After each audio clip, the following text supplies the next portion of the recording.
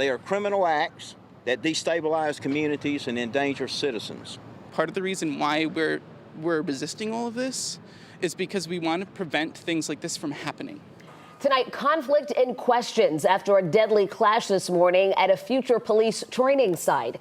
It's been dubbed Cop City, and back in 2021, the Atlanta City Council voted to approve the facility to be built on the old prison farm site in southeast Atlanta. And after months and months of debate, it turned deadly this morning. So here's what we know tonight, folks. It all started around 9 a.m. when officers ordered a man inside a tent in the woods to leave. And according to the GBI, the man did not comply and immediately shot a Georgia State Patrol trooper.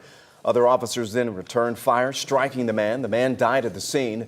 The state trooper is out of surgery and in the intensive care unit at Grady Hospital. 11 Alive's Cody Alcorn was at a vigil held earlier this evening by numerous groups against the training facility for the protester who was killed. They are demanding that officials scrap their plans for that facility. Cody?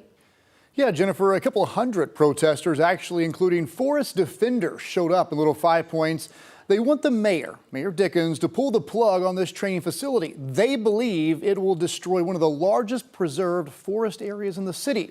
However, a retired lieutenant with the Fulton County Sheriff's Office and current instructor points out, in a time when people are calling for police reform, better training, and transparency, this type of facility is needed. Seeking out nature. A candlelight vigil was held on Wednesday night in Little Five Points to remember a protester the GBI said was living under this makeshift tent and was shot and killed after shooting a state trooper. There is no peaceful resolution as long as their end goal is to destroy the forest. The forest, dubbed Cop City by protesters, is where the future City of Atlanta Public Safety Training Center will be built. It's about an 85-acre plot of land along Key Road, considered the largest remaining green space in metro Atlanta. A group of people that call themselves the Forest Defenders have been living in the forest, protesting the development. This is not over. While it's certainly not over, on the other side of the issue. We're living in an era that has called for police reform, more accountability and more transparency and better training.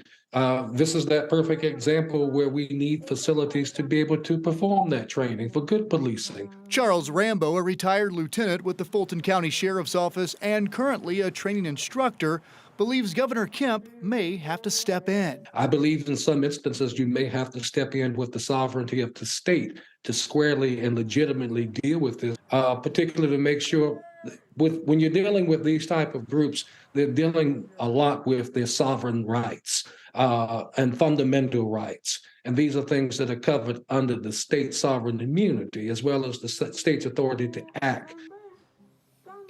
Now, the GBI says they arrested 4 people today as they were clearing the forest of who they described as trespassers.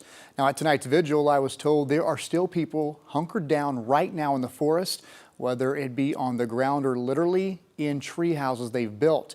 Obviously, today was the biggest escalation we've seen in the clash between forest defenders and law enforcement, and we'll just have to wait and see what happens next. We certainly will, Cody. Thank you.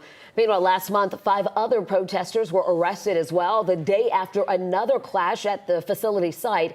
All were charged with domestic terrorism. We've been tracking each development in this unrest since the project was announced in 2021. You can read up on our previous coverage right now inside the 11 Alive News app.